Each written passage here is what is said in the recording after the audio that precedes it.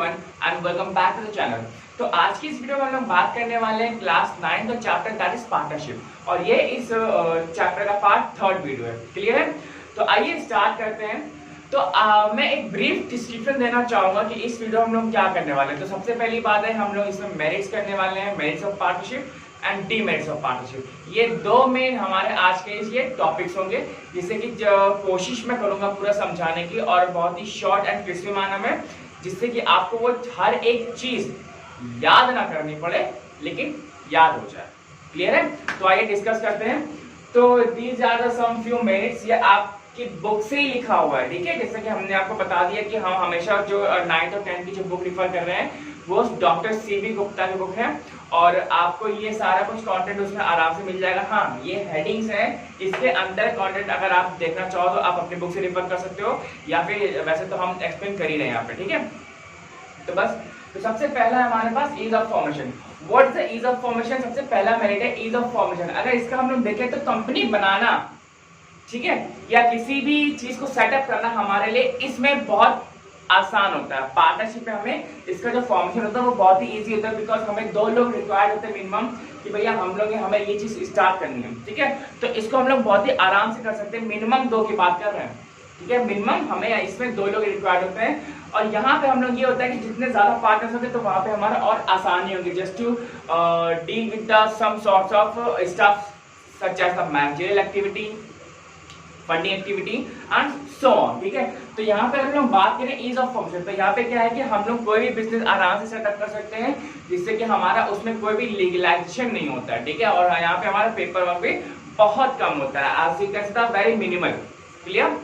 Next आता है हमारे पास larger financial resources. Okay, as I told you earlier कि हमारा जो पार्टनरशिप होती है, नॉर्मल बात है कि हमारे 2 लोग तो मिनिमम चाहिए होते हैं और जितने ज्यादा पार्टनर्स होंगे तो वहां पे हमारा जो फाइनेंशियल स्टेटस है उस कंपनी के लिए या उस फर्म के लिए वो हमारा बहुत अच्छा रहेगा। ठीक है, जैसे हम मान लेते हैं कि अगर हमारे लिए हमें 1 करोड़ का फंड चाहिए और हमारे उस कंपनी में 10 पार्टनर्स हैं, ठीक है, तो नॉर्मल सी बात है कि हर एक पार्टनर के ऊपर हमारा कितना आएगा, 10 लाख रुपए। तो वहां पे एक 10 लाख रुपए अरेंज करना एक पार्टनर के लिए थोड़ा सा इजी पड़ जाएगा, रादर देन कि पूरा 1 करोड़ रुपए हमें लगाना पड़ेगा। क्लियर है? तो यहाँ पे होता है क्या, जितने ज्यादा पार्टनर्स होंगे तो हमारा जो फंड होगा वो हम लोग उतना ज्यादा हम लोग अरेंज कर सकते हैं उस फर्म के लिए, उस कंपनी के लिए। क्लियर है? जिससे कि हम लोग वो जो फंड्स है वो अपने आगे जो बिजनेस में लगने वाला है या जितने भी डिपार्टमेंट्स में हम लोग उसको क्या कहते हैं सैंक्शन करने वाले वो हम लोग आराम से कर सके, जिससे कि हमारा जो कंपनी है जो वो बिजनेस है वो आराम से रन कर सके। क्लियर है? नेक्स्ट टॉपिक हमारे पास combined ability and judgement. Okay, तो यहाँ पे अगर हम लोग देखें कंबाइंड एबिलिटी, इसका मतलब क्या है कि जितने भी पार्टनर्स होंगे उनमें कुछ ना कुछ हुनर होगा, स्किल्स होंगे और कुछ उनके पास एक्सपीरियंस होगा। तो जितना भी पार्टनर्स के पास जितने भी स्किल्स है, जितना भी एक्सपीरियंस है, we have a very huge amount of pool in that. ठीक है, उस पूल में हर एक पार्टनर का जो भी स्किल्स है या जो भी एक्सपीरियंस है अगर हम उसमें डाल देते हैं तो हमें एक बहुत ही अच्छा एक पूल मिल जाएगा, जिससे कि हम उस स्किल्स और उस एक्सपीरियंस को अपने उस कंपनी को चलाने के लिए हम लोग आगे इस्तेमाल कर सकते हैं। क्लियर है? यहाँ पे हम लोग बात करें कंबाइंड एबिलिटी एंड जजमेंट, तो हम लोग उसको जज भी कर सकते हैं, भाई ये चीज अच्छी है तो ये इसको हम लोग कर लेंगे, या वो चीज अच्छी है हमें वो चीज करनी चाहिए। कभी कभी ऐसा होता है कि जितने भी स्किल्स जो पार्टनर्स होता है तो वो अपनी स्किल्स उस कंपनी में लगा सकता है या अपनी स्किल्स अपने जो एम्प्लॉयज जो है वो हायर करेगा उसको वो उसमें इस्तेमाल कर सकता है। कभी कभी हमारे एक्सपीरियंस पार्टनर बहुत काम आते हैं, एक्सपीरियंस इन द सेंस कि उनको एक्सपीरियंस है लेकिन वो उतने स्किल्ड पर्सन नहीं है। ठीक है, तो उनका जो एक्सपीरियंस है वो हम लोग मैनेजरियल एक्टिविटी में ज्यादा कर सकते हैं। ठीक है, कि उनका जो अनुभव जो बोलेगा वो हम लोग उस उनके एक्सपीरियंस के हिसाब से हम लोग आगे का जो कंपनी का जो डिसीजन होगा, क्या कंपनी का स्कोप है, हम लोग उसमें इन्वॉल्व कर सकते हैं। क्लियर है? नेक्स्ट है यहाँ पे हमारे पास direct motivation. What is the direct motivation? The simple is that कि the partners are having a company और अ फर्म। ठीक है, अगर उस कंपनी में जितने भी पार्टनर्स होंगे तो होगा क्या, हम लोग वहां पे वो डायरेक्टली लिंक्ड है उस कंपनी से। क्लियर है? उनको ये नहीं कि वहां पे उनको मोटिवेशन किसी के थ्रू चाहिए। एक्चुअली है क्या, यहाँ पे जितने भी पार्टनर्स, हमने स्टार्टिंग में एग्जाम्पल दिया था 10 पार्टनर का, तो जितने भी 10 पार्टनर है वो क्या है, उस कंपनी के मालिक है। ठीक है, तो जितना भी प्रॉफिट होगा, जितना भी लॉस होगा, जितना भी डूज एंड डोंट्स है वो हर एक उस पार्टनर को अफेक्ट करेगा। क्लियर है? चाहे वो आपका मैनेजरियल एक्टिविटी में हो जाए, चाहे वो आपके फाइनेंशियल एक्टिविटी में हो जाए। तो जितने भी पॉजिटिव पॉइंट्स है, नेगेटिव पॉइंट्स है, उसको हर एक पार्टनर के ऊपर अफेक्ट करने वाला है। इसका मतलब ये नहीं कि मान लीजिए कि अगर बाकी 9 पार्टनर में प्रॉफिट हो रहा है तो 10 को लॉस होगा, नहीं। अगर 9 को प्रॉफिट हो रहा है तो 10 को भी प्रॉफिट ही होगा, क्योंकि हम लोग जितने भी प्रॉफिट और जो लॉस होते हैं उसको हम लोग क्या करते हैं, अकॉर्डिंगली रेशियो के हिसाब से उसको डिवाइड करते हैं। क्लियर है? तो जितना भी हमारा जो मोटिवेशन वगैरह है वो उनके पास डायरेक्ट होता है। क्लियर है? वो तो खुद तो मोटिवेटेड रहते ही रहते हैं, क्योंकि उनको कंपनी, उनकी खुद की कंपनी को ग्रो कराना है। ठीक है? ये नहीं कि यार उस फला की कंपनी या उस XYZ की कंपनी, नहीं, वो खुद की कंपनी, वो हमारी कंपनी है। अगर कंपनी ग्रो करेगी तो अल्टीमेटली हम लोग भी ग्रो करेंगे। क्लियर है? नेक्स्ट आता है हमारा close supervision. What is this? This is कुछ इससे मिलता है ना?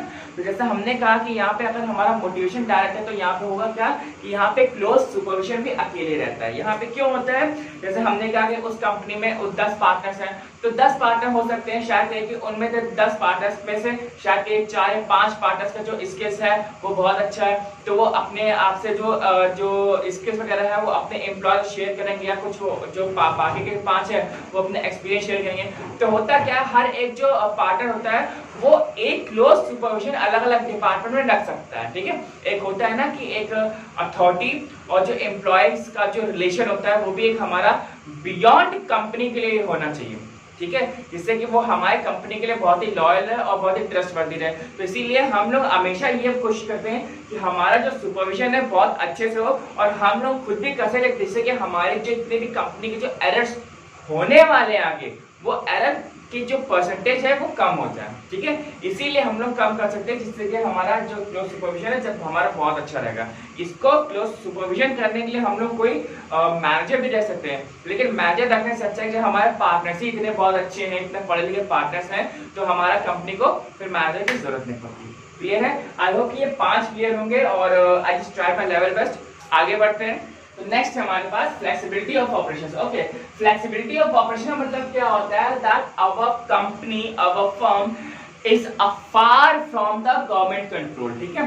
गवर्नमेंट कंट्रोल से वो पूरा फ्री होती है, या बहुत नेग्लिजिबल कंट्रोल होता है वहाँ पे उसका गवर्नमेंट का, जिससे कि हमारा जितने भी ऑपरेशंस हो जाते हैं, मैनेजरियल ऑपरेशंस, फाइनेंशियल ऑपरेशंस या XYZ कोई भी अगर हम लोग ऑपरेशन करते हैं, तो हम लोग अपने पार्टनर्स जो होते हैं वो आराम से फ्री माइंड से वो कर सकते हैं। क्लियर है? ऐसा क्यों होता है? देखिए, फ्लेक्सिबिलिटी ऑपरेशन मतलब ये होता है कि अगर आपको जितनी छूट होगी आप वो काम ज्यादा अच्छे से कर सकते हैं। क्लियर है? जैसे कि अगर यहाँ पे हम लोग बात करें, अगर मैं खुद का एग्जाम्पल लूँ, तो ये जो वीडियो है मैंने शूट करना इसीलिए चालू किया था कि मुझे एक जगह से रिजेक्शन मिल चुका था। ठीक है? रिजेक्शन मतलब कि वो भी एक वीडियो शूट करते थे, वो एक उनका भी एक पर्सनल यूट्यूब चैनल था, एक बड़ा कॉर्पोरेशन था। तो कॉर्पोरेशन को वहां पे मैंने इंटरव्यू वगैरह दिया। जब मैंने इंटरव्यू में तो वो बकाया सब कुछ क्लियर हो गया था, लेकिन जब वो शूट करने के बाद ये, तो एक्चुअली में हुआ क्या, I haven't faced a camera before that. तो कैमरा का शूट करने मतलब मैं थोड़ा सा हबड़ा सा गया और मुझे उतना नहीं लगा। तो एक्चुअली में हुआ क्या, मुझे वहां से रिजेक्शन मिल गया। तो अब मैंने तब प्लान बनाया कि चलो मैं इसको करता हूँ, शूट करता हूँ करके। तो तब जाके हाँ मुझे फ्रीडम मिली। वहां पे रहता तो शायद हो सकता है कि मैं एक टाइम लिमिट में बंधा रहता कि भाई मुझे इतने से इतना वहां पे टाइम देना है। अब हम खुद शूट कर रहे हैं, तो जब मेरा मन करता है तब मैं शूट करता हूँ। अगर मुझे दिन में टाइम मिलता है दिन में, वरना रात तो फ्री है ही। ठीक है? वैसे आपको मालूम है कि जो मेरी जो वीडियोस होती है वो हर समय रात में ही शूट होती है, मतलब 11-12 बजे से स्टार्टिंग करते हैं रात में, और फिर 1, 2, 3 आराम से बच जाता है। तो मतलब उसमें तो कुछ हो ही नहीं सकता। तो यहाँ पे क्या है कि I have the freedom to just do my operations, whatever the operations I would like to do, just I will do it. Okay? यहाँ पे क्या है, सीक्रेसी। जो भी हमारा सीक्रेट्स होते हैं वो हमारे पार्टनर्स को मालूम होना बहुत जरूरी होता है। ऐसा क्यों होता है? क्योंकि भाई अगर एक पार्टनर को मालूम होगा और बाकी पार्टनर को नहीं मालूम होगा, दैट मीन्स कि हम लोग पार्टनरशिप में अपने ट्रस्ट को खो रहे हैं, और ये चीज हमें नहीं करनी। क्यों? क्योंकि आप कंपनी के अकेले मालिक नहीं है, आप कंपनी के मालिक हैं और आपके साथ साथ जो बाकी के जो 9 लोग हैं वो भी मालिक हैं। तो जितने भी सीक्रेट्स जो लीगल डॉक्यूमेंटेशन वगैरह होते हैं या जितने भी आपके XYZ जो वर्क होते हैं वो हमें हर एक से शेयर करना चाहिए। शेयर करने का मेरा मतलब ये है कि अगर हम लोग कभी भी अगर फ्यूचर में उस कंपनी के लिए या उस फर्म के लिए कोई भी अगर एक मेजर डिसीजन आता है या ऐसा लगता है कि हमें किसी की हेल्प करनी चाहिए, तो जब सबको सब कुछ मालूम होगा तभी ना तो हम कुछ कर पाएंगे। ठीक है, हमें किसी को छुपा के नहीं रखना है, ये नहीं कि भैया हम ऐसे कर लेंगे, नहीं, ऐसा कभी नहीं हो सकता। ठीक है, तो इसलिए हमें सीक्रेसी जो होती है सिर्फ पार्टनर्स के बीच में होनी चाहिए। ठीक है, कि वो चीज जो बात है वो हमें पार्टनर से बाहर ना जाए। क्लियर है? नेक्स्ट है हमारे पास protection of minority interest. Okay, इसका मतलब क्या होता है? प्रोटेक्शन, एक सुरक्षा देना। माइनॉरिटी इंटरेस्ट मतलब कि जो भी वहां पे कम है या मान लीजिए कि जो पार्टनर्स है उनका एक आध दो पार्टनर्स ही वो चाह रहे हैं। इसका मतलब ये है कि अगर हम लोग सिंपल सी मोटी मोटी भाषा में बात करें, अगर हम ये चाह रहे हैं कि आप मेरी कंपनी का जो एडवर्टीजमेंट है वो टीवी पे करें, ठीक है, यहाँ पे वो ये कह रहे हैं कि भाई 9 लोग कह रहे हैं कि बिल्कुल हमें करना चाहिए, एक लोग कह रहा है कि हमें ये काम नहीं करना चाहिए। क्यों नहीं करना चाहिए? बिकॉज होता क्या है कि हमारी कंपनी उस लेवल पे नहीं है, उतनी बड़ी नहीं है, तो हम लोग एडवर्टीजमेंट में पैसा डाल करके हम लोग अपना पैसा शायद बर्बाद करेंगे, उससे हमें आउटपुट बहुत कम मिलेगा। ठीक है, कंपैरेटिवली। तो यहाँ पे वही चीजें होती हैं कि अगर मान लीजिए 9 लोग चाहते हैं कि एडवर्टीजमेंट हो, एक चाहता है कि एडवर्टीजमेंट ना हो, तो सिंपल सी बात ये है कि अगर हम लोग वहां पे एक जो नहीं चाह रहा है एडवर्टीजमेंट हो, तो वो क्या कर सकता है? वो अपना नोटिस दे सकता है और ही कैन स्टेप बैक। ठीक है, फर्म को वो छोड़ भी सकता है और ये कह सकता है कि भाई मैं इस कंपनी में आगे काम नहीं करूंगा। ठीक है, इसलिए काम नहीं करूंगा क्योंकि उसको लगता है कि उसकी वहां पे देखिए रिस्पेक्ट तो है, लेकिन वहां पे एक प्रोटेक्शन आता है कि भैया हमें जो हम, क्योंकि कोई भी अगर फर्म काम कर रही है अगर, तो हर एक पार्टनर का एक चीज पे सहमत होना बहुत जरूरी है। ठीक है, सहमत का मतलब ठीक है, सिंपल सी बात ये है कि जितने भी पार्टनर्स होंगे वो कभी भी अपनी उस फर्म के लिए, उस कंपनी के लिए कभी भी ऐसा कोई भी डिसीजन नहीं लेंगे जो उस कंपनी को नुकसान करता हो। ठीक है, अब बात यहाँ पे नुकसान का, तो कोई भी ये नहीं चाहेगा भाई देखिए अगर एक का नुकसान होगा तो बाकी 9 का भी नुकसान होगा। ठीक है, नॉर्मल सी बात है कि हम ये चाह रहे हैं कि हम अभी एडवर्टाइज ना करें, आगे भविष्य में कर सकते हैं, क्योंकि हमें अभी पैसों की बहुत जरूरत है। हम लोग वो पैसा अपने कंपनी के प्रोडक्टिविटी में लगा सकते हैं, उसकी ग्रोथ पे लगा सकते हैं। क्लियर है? समझ में आया? तो यहाँ पे क्या है? Protection of minority interest. Clear? Next है corporation. Corporation is the major source for the partnership. ठीक है, पार्टनरशिप में कॉर्पोरेशन बहुत जरूरी होता है कि हर एक पार्टनर के साथ कॉर्पोरेशन होना और एक ट्रस्ट होना बहुत इंपॉर्टेंट होता है, just to run a company और run a business in an efficient manner. ठीक है, जब हम लोग साथ में काम करेंगे तभी हमारा कुछ काम बन सकता है। क्लियर है? नेक्स्ट है स्कोप फॉर एक्सपेंशन। ठीक है, when there is a corporation when there is corporation, तो वहां पे क्या होता है? स्कोप फॉर एक्सपेंशन भी होगा, क्योंकि हमें मालूम है कि हम लोग कोई कंपनी चला रहे हैं, तो अगर एक शहर में है तो नॉर्मल सी बात है हम लोग सिर्फ एक शहर में ही नहीं रहना चाहते। ठीक है, हम लोग उसको बढ़ाएंगे एक शहर से दूसरे शहर, एक स्टेट से दूसरे स्टेट, एक कंट्री से दूसरी कंट्री, और कोशिश ये करेंगे हम लोग जितना हो सके ग्लोबल हो। ठीक है, तो नॉर्मल ये है कि हमारा जो स्कोप फॉर एक्सपेंशन है, हम लोग अपनी कंपनी को कैसे एक्सपांड कर सकते हैं, चाहे वो आप डोमेस्टिक मैटर में ले लीजिए, चाहे आप इंटरनेशनल उस पे रूट्स पे ले लीजिए। ठीक है, हमें अपनी कंपनी को एक्सपांड करना है, तो हमें अपने अलग अलग रास्ते देखने पड़ते हैं। हम लोग अपने पार्टनर से बात करेंगे और जितना जल्दी हो सकता है हम लोग अपनी कंपनी को एक्सपांड करने की कोशिश करेंगे। क्लियर है? तो सबसे पहला डिमेरिट्स है हमारे पास लिमिटेड रिसोर्सेज। ओके, तो हम लोग अब मालूम होगा डिमेरिट्स ऑफ पार्टनरशिप हम लोग करने वाले हैं। तो सबसे पहला हमारे पास लिमिटेड रिसोर्स। लिमिटेड रिसोर्स का मतलब क्या होता है कि हमारे पास रिसोर्सेज जो होते हैं एक लिमिटेड होता है। भाई हम लोग 500 पार्टनर्स तो नहीं रख सकते, 1000 पार्टनर्स तो नहीं रख सकते। ठीक है, तो हमारे पास जितने भी लिमिटेड नंबर ऑफ पार्टनर्स होते हैं, तो हमारे भी एक लिमिट होती है। हम लोग मिनिमम 2 रख सकते हैं, लेकिन उसकी मैक्सिमम की भी एक लिमिट होती है, शायद 10 की हो सकती है, 20 की हो सकती है, 50 हो सकती है, वो अलग अलग मैटर पे वो डिपेंड करता है। क्लियर है? तो यहाँ पे हम लोग क्या होता है, फंड्स जो होते हैं हमारे पास एक लिमिटेड हो सकते हैं, वो अनलिमिटेड नहीं हो सकते। क्लियर है? नेक्स्ट हमारे पास अनलिमिटेड लायबिलिटी। अनलिमिटेड लायबिलिटी का मतलब क्या होता है? The liability of the partner is the limited for some particular terms. ठीक है। लेकिन अगर हम लोग बात करें अनलिमिटेड लायबिलिटी की, तो कुछ कभी पार्टनर ऐसे होते हैं कि भाई हमने अपनी जो फर्म होती है, अगर आपने ज्यादा कर्जा लेकर रखा हुआ है तो आप अपनी फर्म के एसेट्स वगैरह तो बेच के तो करेंगे, लेकिन कभी ऐसा भी होता है कि पार्टनर्स के जो पर्सनल एसेट्स होते हैं उस पे भी बात आती है। तो आपको पार्टनर के जो पर्सनल एसेट्स है उसको बेच करके भी आपको उस फर्म के या जो बिजनेस है उसको आपको कर्ज उतारना पड़ेगा, ठीक है। तो यहाँ पे क्या होता है अनलिमिटेड लायबिलिटी, मतलब कि अगर आप कोई फर्म चला रहे हैं या कोई भी बिजनेस कर रहे हैं तो पार्टनर्स की पर्सनल प्रॉपर्टी को भी उसमें इंक्लूड कर सकते हैं, क्लियर है, ताकि खर्चा हम लोग निपटा सकें। यहाँ पे है अनसर्टेन लाइफ। अनसर्टेन लाइफ का मतलब ये है कि अगर मान लीजिए कि आपके बिजनेस में या फर्म में कोई एक आपका जो मेन जो लीडर था, जो भाई करता था आपका, तो वहां पे अगर उसकी अनटाइमली डेथ हो जाती है या कुछ भी ऐसा हो जाता है कि मतलब आप उसको नहीं चला सकते आगे जो बिजनेस है, तो यहाँ पे क्या होता है उस बिजनेस की लाइफ सर्टेन नहीं है, ठीक है, वो एक टाइम पे आकर वो खत्म हो जाएगा। या हमारे कि जो पार्टनर्स हैं उन्होंने सॉल्वेंसी कर दी या वो अपने उससे हट गए, तो वहां पे भी आपका जो बिजनेस है वो खतरे में पड़ सकता है, क्लियर है।